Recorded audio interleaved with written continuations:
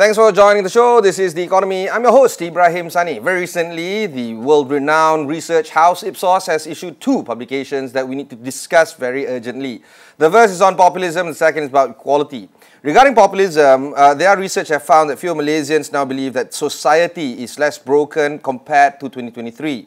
The proportion of Malaysians who think that the country is in decline has dropped by 12%, suggesting a positive shift in their outlook on the country's direction. This in contrast with Indonesia, who shows an increasing concern about their nation and society, and of course Thailand. The trend is also seen on their second research, which shows about the notion of equality, because 6 in 10 Malaysians see inequality as one of the more pressing issues that is above global average. But again, consistent with the other research, this is not as intense as it is in Indonesia and Thailand. So from the research, we realize that nearly half of Malaysians believe that more must be done on addressing and promoting equality, echoing a global call for stronger action that is needed. To discuss this and more is their head of the IPSOS's Strategy 3 Regional Head, Kiranjit Singh. Kiran, thank you very much for taking time to speak with us. My pleasure, thanks. Let's do the big one here on the notion of equality. Yeah. When we talk about equality, because populism it needs to be discussed hand in hand, but why does Malaysia focus more on equality being an important problem to be resolved? And looking at your, I guess, highlight here, this is not seen across the globe or our nearest neighbour, Singapore. But is this something that we need to be addressing on the concept of more Malaysians feeling that more needs to be done for improving inequality? Sure.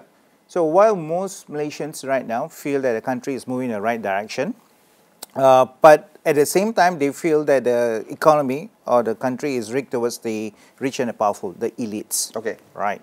And that is manifesting in many areas of how their psyche is. For example, even the justice system, they feel there's a two-tier justice system. One is for the common man, one is for the rich and powerful, right?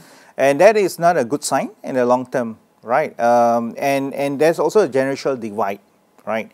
So the Gen Zs and millennials are seeing inequality more on the personal terms, right, compared to the Gen X and baby boomers and so on. Yeah. So the millennials and Gen Z sees that as a more personal terms. And that is why, if you see in terms of violence, whether the end justify the means or not, most millennials and Gen Z, at least 50% feel that violence is an okay solution or okay step to restructure the system and so on. Whereas baby boomers, Gen X, and I overwhelmingly say violence is never an option. Sorry, this should be an interesting finding for you as well. Yes. Why does the younger generation feel that this is the course of action or more comfortable to take this course of action compared to early generation? Because they see it personally. Because if you see even in Malaysia, right, if you really see in inflation-adjusted terms, more Malaysians who are entering the workforce are poorer off compared to their fathers and so on, right? And they're feeling it. So there's more stress. I mean, my dad bought a house in Damansara Heights for 20,000 ringgit. This was like 50 years ago. I mean, imagine getting that kind of house for that amount of money. That kind of inequality I see every day. Exactly. Yeah. So that is why if you see in Nepal, right, the violence, I think about 70, 80 people died. And the millennials and Gen Z, for whatever reason, didn't think too much about going to the extremes. And not just that, humiliating. Humiliating, yeah. Stripping the former minister naked, tossing him into the river. I mean, this is... So in terms of violence... I don't know whether society needs to, what do you call that, is heading in the right direction if we think about it in that term. Yeah, and it has nothing to do with whether you're left wing or right wing. It has to do with generation. So, you know, there's a horseshoe theory, right? So the extreme right and extreme left are coming together. And both are saying the system is broken, but the solution is different. The right wing is obviously saying that they want more authoritarian, forget about democracy and so on. Whereas in the left wing, it's more about socialism and so on, right? So that's why Mamdani in New York, from being an unknown, right, has, is now the front runner for New York mayoral race. And of course, simultaneously, the assassination of Charles Kirk has also drawn mixed responses in the US, and that cuts across generation, nothing to do with the left or right divide. Yeah, but it has to do with a bit of religion, a bit of geopolitics. I mean, for example, if you see the right wing and to some extent left wing are blaming Israel for having something to do with it. Like the Candace Owens, Dave Smith, and so on. Even the Congresswoman Marjorie Taylor Greene had somehow alluded to the fact that Charlie Kirk was not too happy with what Israel is doing, but he was under pressure to toe the line. So it was an interesting debate. Again, horseshoe theory. Extreme left, extreme right are saying the system is broken. We need to do something about it. How does this then translate? I'm just going to go straight into for the jugular. Sure. How does this translate into investments, growth of opportunity for investors to come in across borders, impact on tariff, for instance, across the globe? How do businesses see this? Okay. I was in Philippines last week, and remember we had issues in Sri Lanka, then we had issues in Bangladesh, in Indonesia, then Nepal, right? So I was trying to figure out where might be the next spot where we need to be of concern. I was in Philippines last week, and there is a major corruption scandal happening there on floods. So about 2-3 weeks back, there was a massive floods, and water was all over the place. People was inconvenienced and so on, and they were asking, "Hey, you have promised us, flood mitigation systems. You've been telling us this will, you have budgeted a couple of billions dollars. What's happening?" And they found out that the projects were actually paid but never completed. Or they wouldn't even begin, so it was massive floods, right? So not only anger was there, so the activism among the young Filipinos was there, but also you see the South Korea has now pulled back certain investments they want to do in Philippines because they feel that the corruption issues needs to be managed first before they will invest in a big way in the infrastructure in the Philippines. But things don't happen in a vacuum. If investors pull up from a certain market, they're shopping around for another market. Yes. What would be the markets that they're looking at right now? I think they're looking for a bit more safe haven. I wouldn't say safe havens, but areas where they feel they will see value. Okay. Because in Philippines, although they have, there's a lot of likes of JICA and so on, they're feeling that even their soft power is not being helped by supporting a regime where corruption is paramount. Yeah. And comparing the rest of the markets in ASEAN, would you argue that Singapore, for instance, would fit that kind of bill, despite them having a higher, say, for instance, manufacturing cost, higher entry to business? Do they still have an advantage, or would still the low-base countries in terms of cost are still going to win attraction from investors right now? I think lower cost is not a story which we should talk about. For example, now, if we look into Malaysia, I think we have about 15 million labor force workers, right? Labor force, right? But if you really see, it's more than 15 million because in those days we had these foreign laborers, and you can always get people from Nepal, Bangladesh, whatever to come in, right? So actually your labor force or labor pool is actually wider than 14-15 million. Right? You can see ASEAN in general, right? But now with the age of AI, I will argue that we have about 15 million or 16 million people in the labor pool. But then you should take into account also AI. The agentic AI. For example, you look at many companies right now, the entry-level jobs have been frozen and it's been replaced by AI tools. So actually what is happening now is in terms of labor force in countries like Philippines. I was in Philippines last week. The businesses of KPO and BPO were very worried, and that's a mainstay of Philippines economy in many ways, right? That how will AI come in and disrupt the whole economy? So we have to, low cost is never a winning proposition these days. Governance, ease of doing business is a bigger justice driver. system and recourse. Justice system, recourse. Wow. Yeah. Sorry. That would I would like to then posit the idea that Malaysia would stand better in terms of those kind of elements compared to our neighbours, no?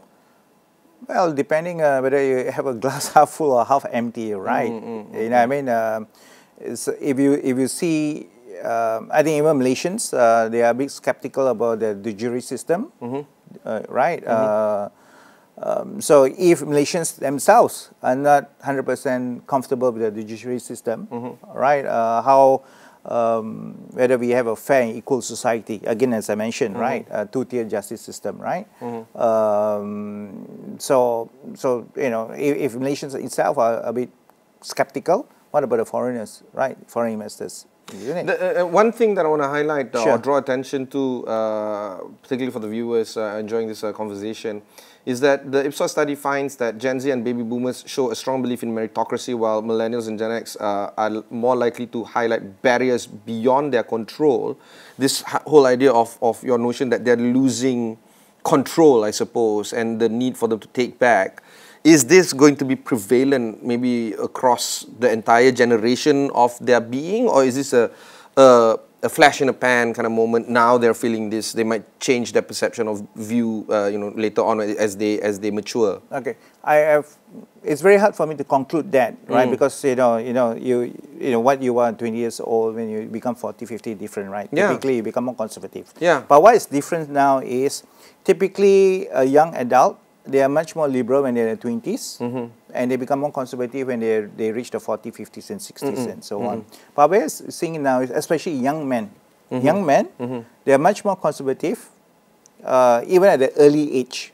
When they're 20, 25 already, they're very much more right-wing or very more conservative in terms of how they see things, right? Bigotry, xenophobia, and so on. It's commonplace among the young males. That's one thing. So it cuts across all countries. Now, interesting about China. So if we look at China, about 15 years ago, if you see a survey, what will drive success? So if we ask the Chinese citizens, they said hard work, talent, you know, working hard, and so on, right? But in 2024, when we ask the same question, what will drive success?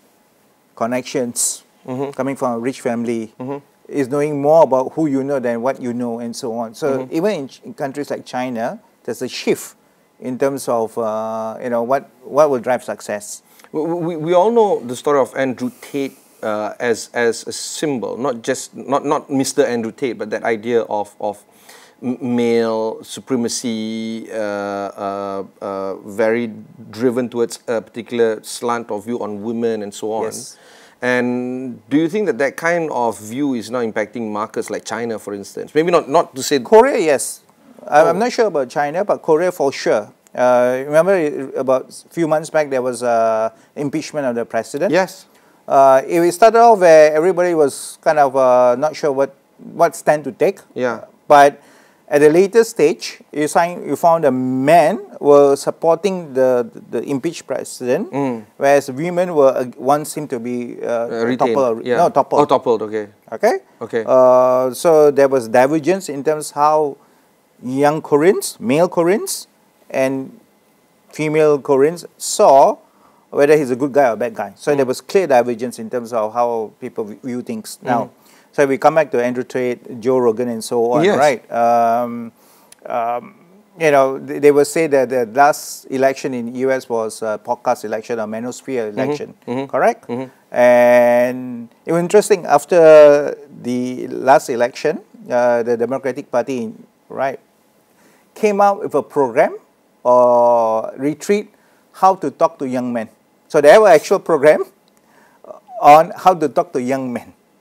Okay, so even the Democratic Party saying that they're losing out, you know, to that particular demography. That demographic. You know what I mean? Is it here in Malaysia as well?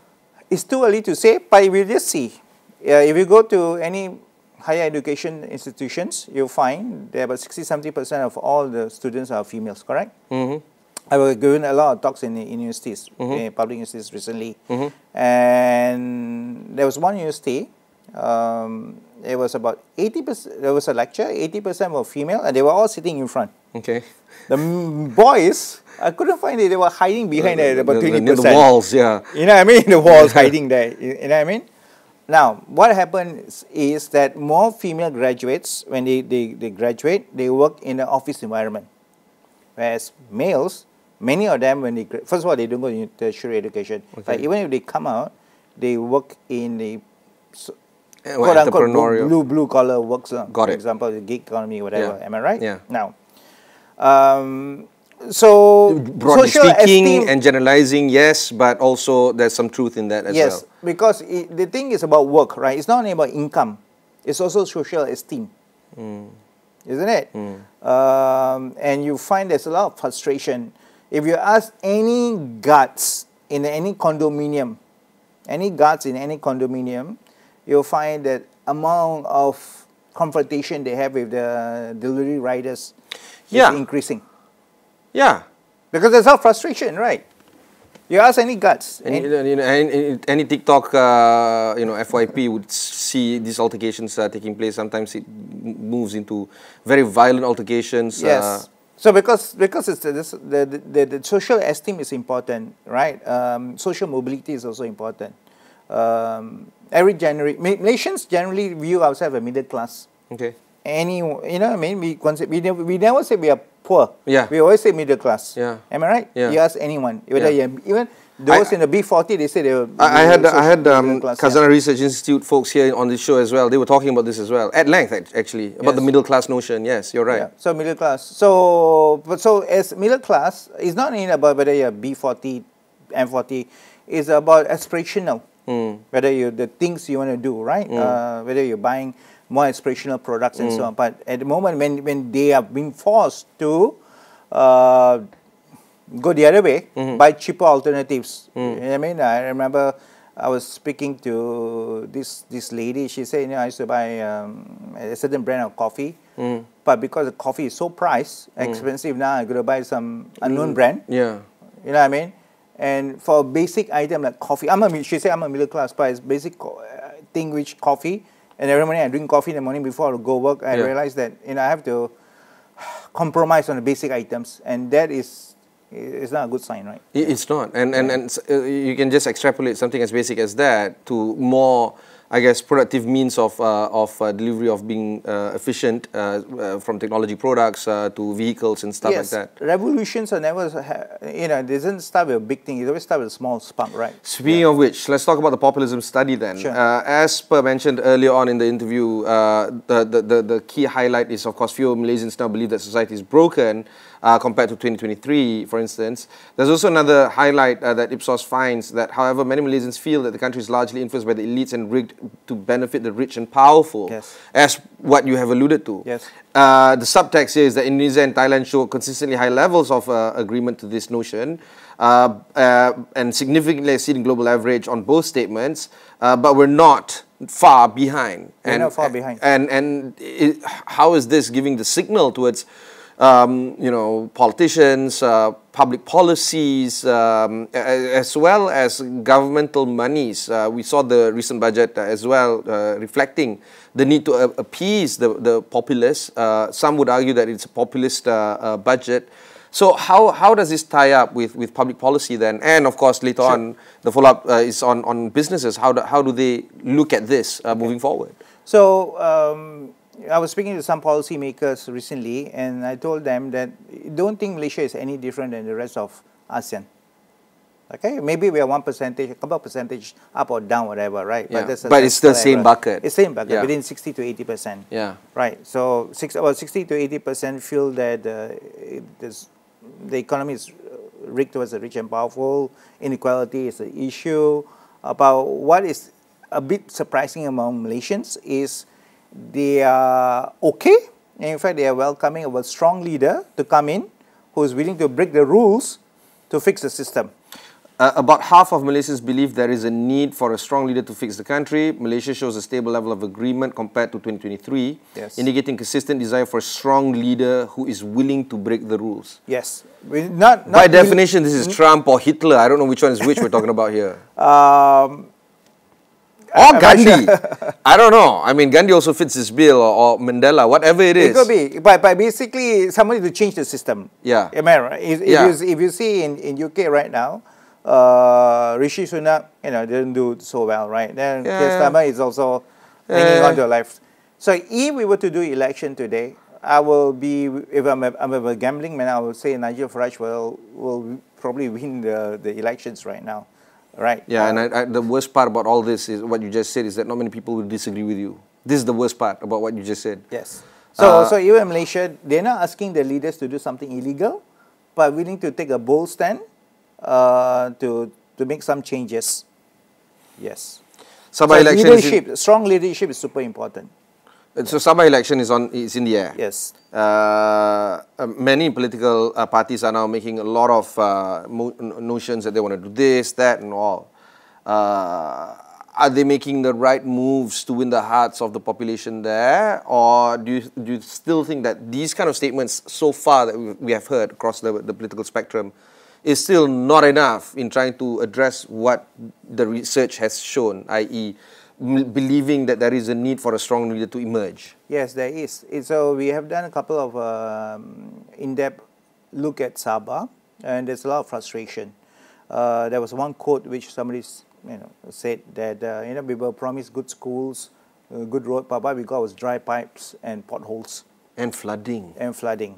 Remember, in Philippines, there's a big drama right now. It's because of flooding. Okay, because when your property is flooded, your cars are flooded and so on, and you're really struggling and so on. And promises were made, elections after elections, by every political leader that things will change and get better, but it's not getting better, right?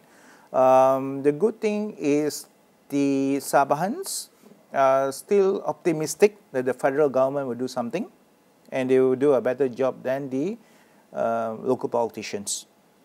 So do you think that, say for instance, federal parties or Semenanjung parties would see some form of gain in the Sabah elections? We know IPSOS is not a habit of political polling. Yeah. But I'm just stating as what we are seeing right now.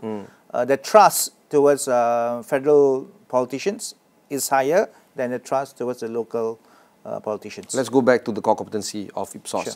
Does this also mean that companies who have a stronger brand promise towards a particular belief or a particular ideal would stand to win at the marketplace compared to brands that are pretty much silent on this issue?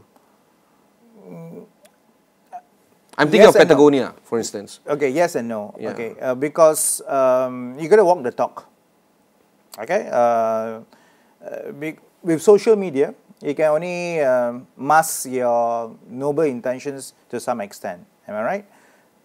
I would say that if on social media, if you follow TikTok and so on, companies which are advocating on ESG and so on, but then they're laying off people at the same time, it defeats the purpose, correct? So the mixed messaging, the hypocrisy, I suppose. The hypocrisy and so on. So now, is productivity the only measure of success of a company? Now with AI, there's a lot of conversation. There's a buzzword, future ready. We're trying to be future ready. Future-proofing. Future-proofing as well. But now lately I've been reading a couple of reports, future ready. I know there's a code word for, we're going to get more AI involved and less human. Yes, yeah. So I think, yes, in theory, companies which have done well in being sincere in what they're doing, correct? They will do well in the long run, but not only on the environmental side, but also on the social side and the governance side. Let's land this conversation. So does this mean that public policy will steer towards more populistic notion, or are they're going to be grounded? They have to do what they believe the thing is right, or are we going to see more and more markets shift towards populism and stronger leaders to emerge from the political spectrum? I will answer your question by saying that whenever I read reports by World Bank or IMF, I love their analysis, but often I disagree with their recommendations. Okay? So I think policy makers are not economists. Policy makers should have the rakyat's concern paramount, isn't it? So the decisions made by the policymakers should reflect the pain points of the rakyat. So, like I said, World Bank, IMF, or any other think tanks are very good in terms of analysis, but sometimes I will not take their recommendations lock, stock, and barrel. Yeah. Yeah. Thank you very much with this very riveting conversation. That was Kiranjit Singh, the IPSOS Strategy 3 Regional Head. You can find out more about what they do and the kind of research that they produce over at their website.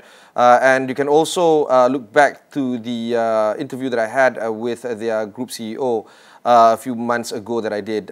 These are the kind of conversations that's going to be carried forward here on Astro AWANI and also on this show. And of course, stay tuned with us for future programming. Thank you very much for watching. Catch you in the next one. Thank you. Thank you.